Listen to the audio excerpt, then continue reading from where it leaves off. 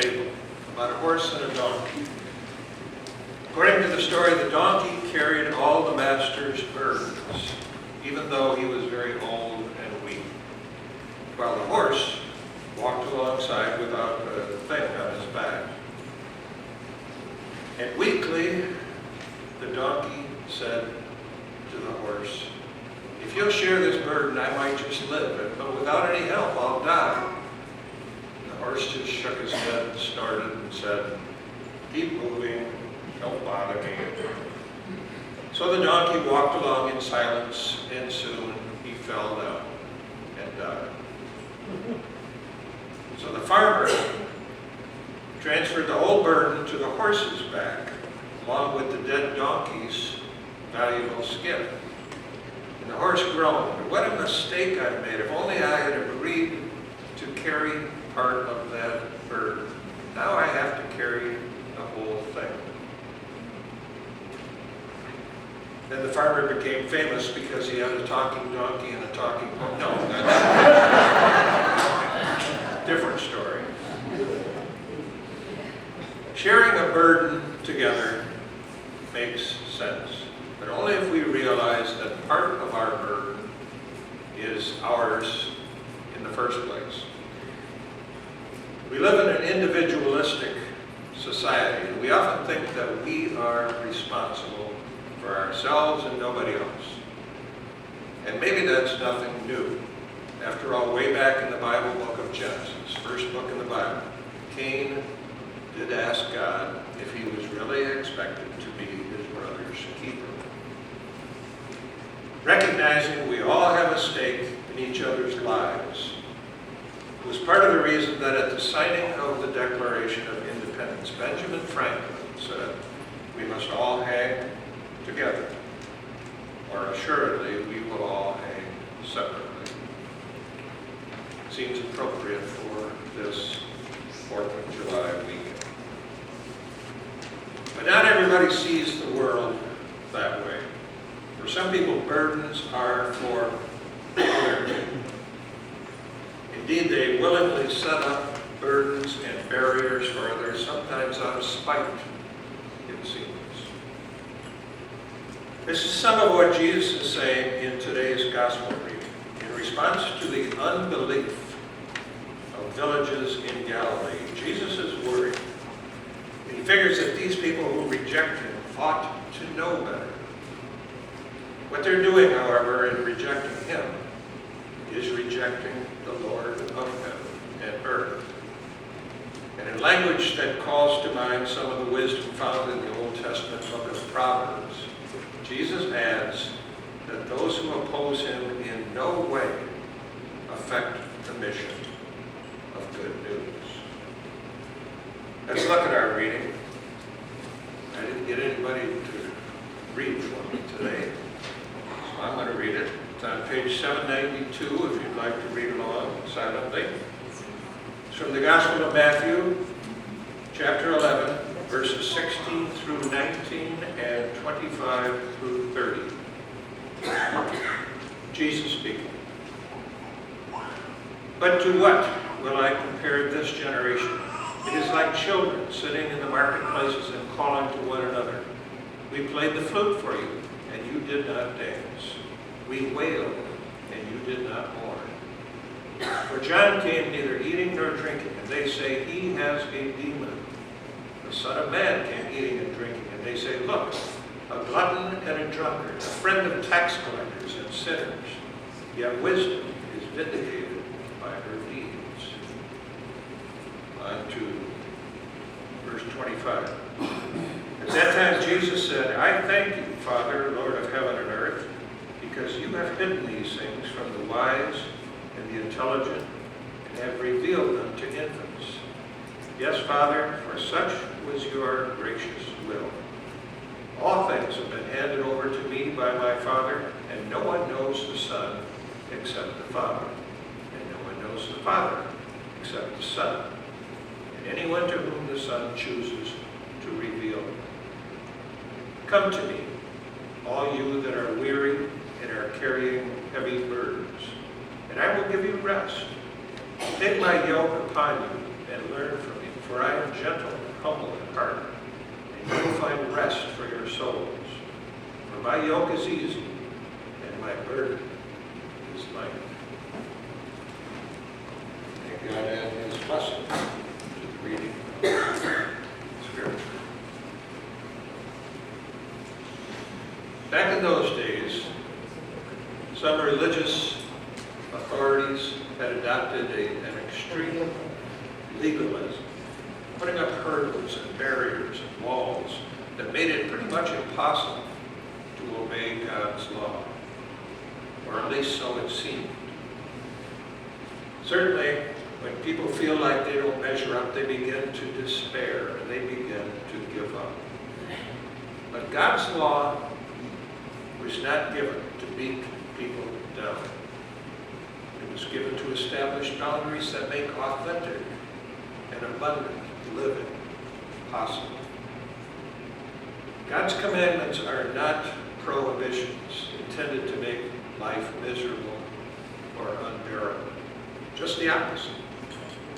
Establishing a society built upon justice where the integrity of property and relationships is maintained makes it possible to live with a sense of security and freedom so that everyone might live, in the words of the prophet Micah, under their own vines and fig trees, and no one shall make them afraid.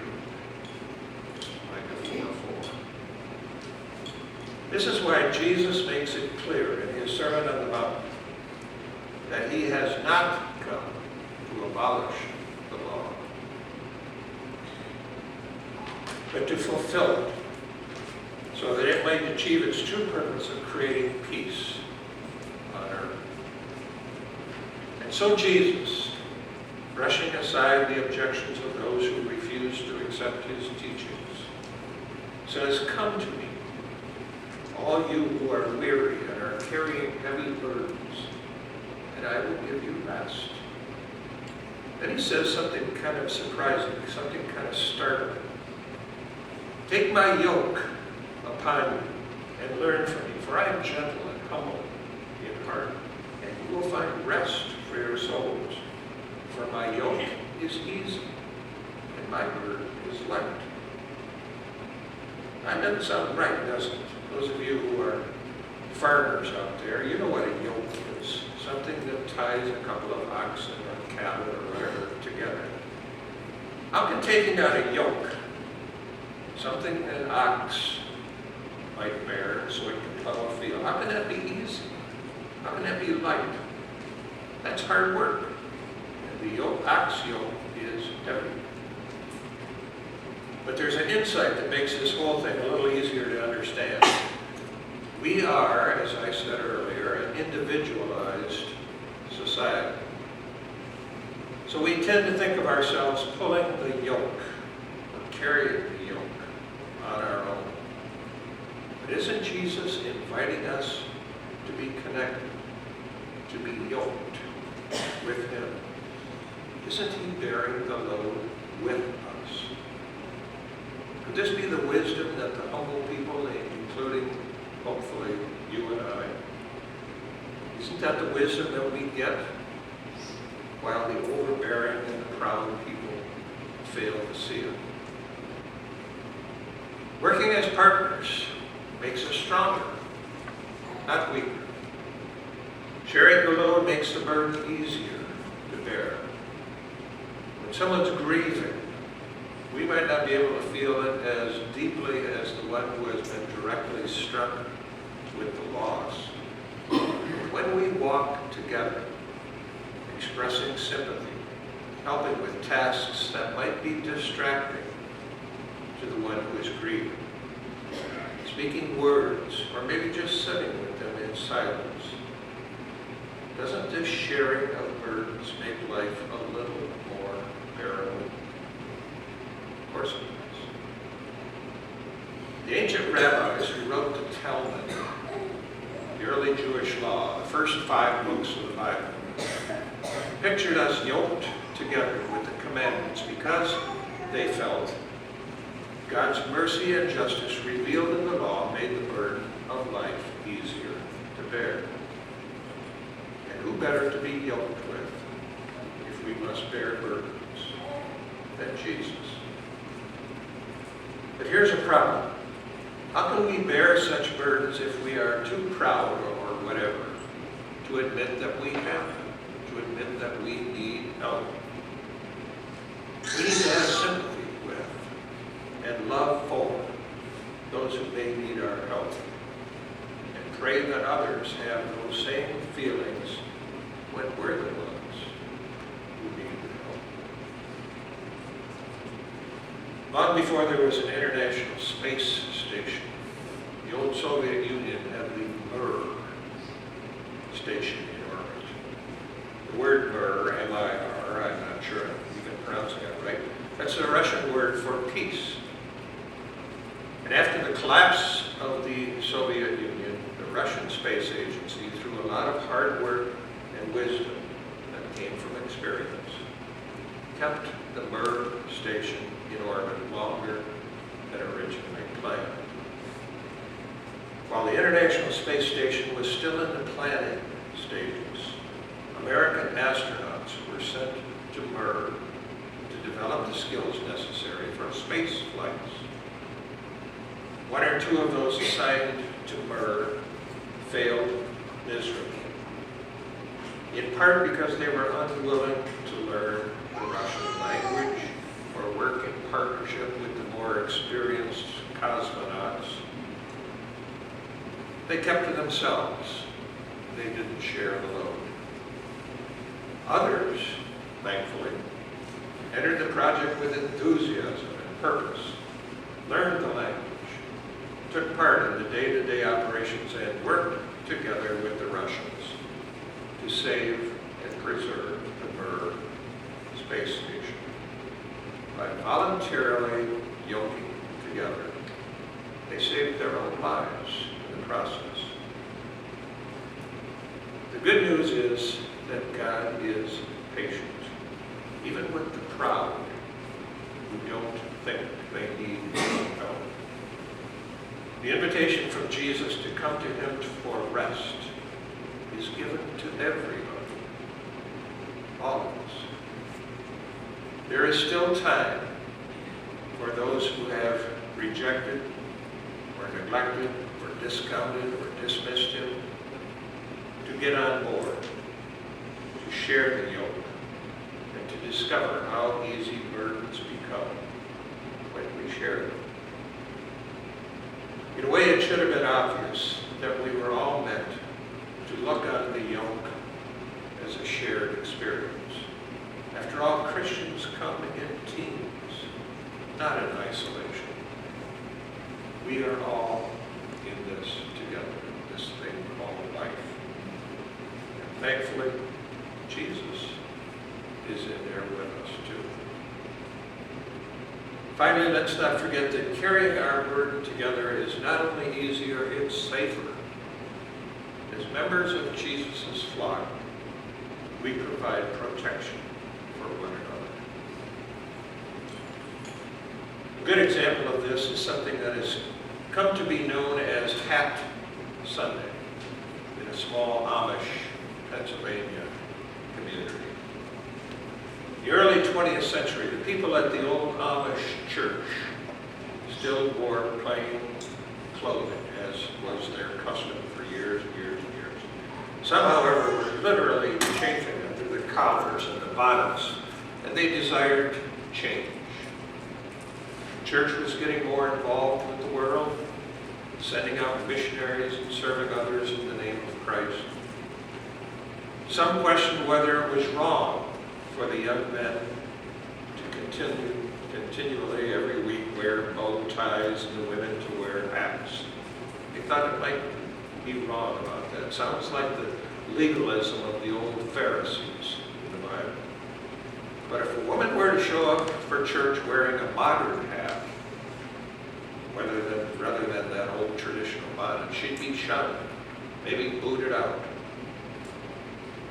So the women solved this problem with clothing, with solidarity. According to the story, early in the 20th century, the women decided to sink or swim together. So they arranged ahead of time that one Sunday they would all wear hats. Not bonnets, regular hats. They were afraid, but they figured if one of them got in trouble, they'd all get in trouble. Well, the pious elders of the Amish church could have shunned one woman, but they couldn't throw them all out of church.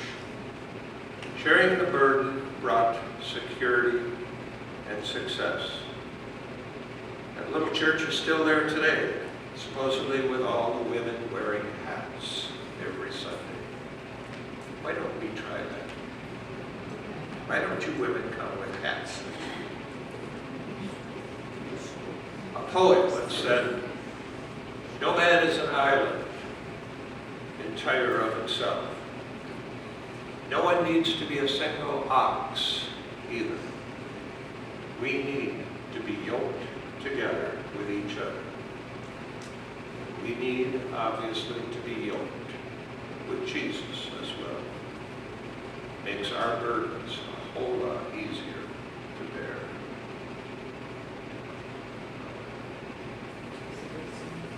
If you have prayer concerns, requests, praises, please bring them forth or send them forth with an usher as we stand and sing together number 345, Blessed Assurance.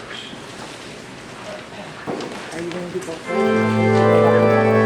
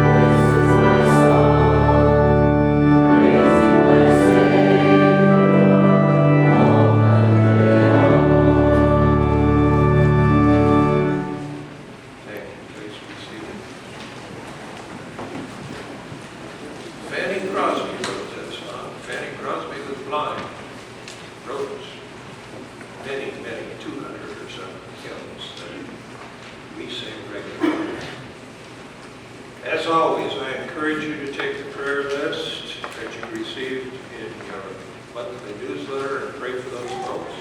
And once again, I urge you to pick somebody this week and pray for them twice a day for the coming week. Could be somebody you've been praying for, could be somebody new. You will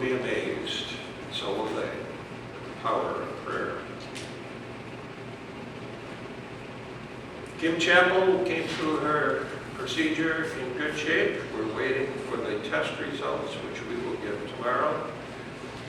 So keep Kim in your prayers, please. Mel Lenore was scheduled to come home in a couple of days, but there's been some minor, we hope, complications. So Mel is still on the 3rd floor at Hackley Rehab. And Vanderjack is here today. We're glad about that.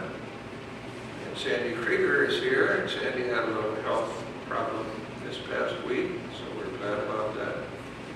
Joanne Wood is eating again, better, coming along. Please keep Julia Raymond in your prayers. Julia lost her husband Bruce this past week, and that service was last Tuesday. Iva Snow's sister died this past week or a week ago. Also, Dar Mall's sister died, and Dar is up north today. Many of you are asking, and you have heard about Dan Laver. Dan was in church last Sunday, went to his daughter Sally's house for dinner, went home to watch the ball game on his sun's porch and fell. And it's not quite clear what happened between Sunday night and Tuesday when Sally came to check on him, daughter Sally. But Dan was in pretty bad shape. He had surgery Wednesday. Thursday he was sitting up. He did not need a hip replacement. He had a broken bone in his hip. Surgery went fine. He was up, sitting up. Thursday, Friday, they got him up walking. Yesterday and Friday night, they transferred him to Hackley Rehab, 4th floor, room 479, if you would like to visit. I'm sure he'd love to see some of you. If you forget that number, when you go to the desk, make sure you ask for the room of Thomas Daniel Laver. Many people. Somebody went there the other day and asked for Dan Laver, and they couldn't find him on the registry. Many of you don't know that his first name is Thomas.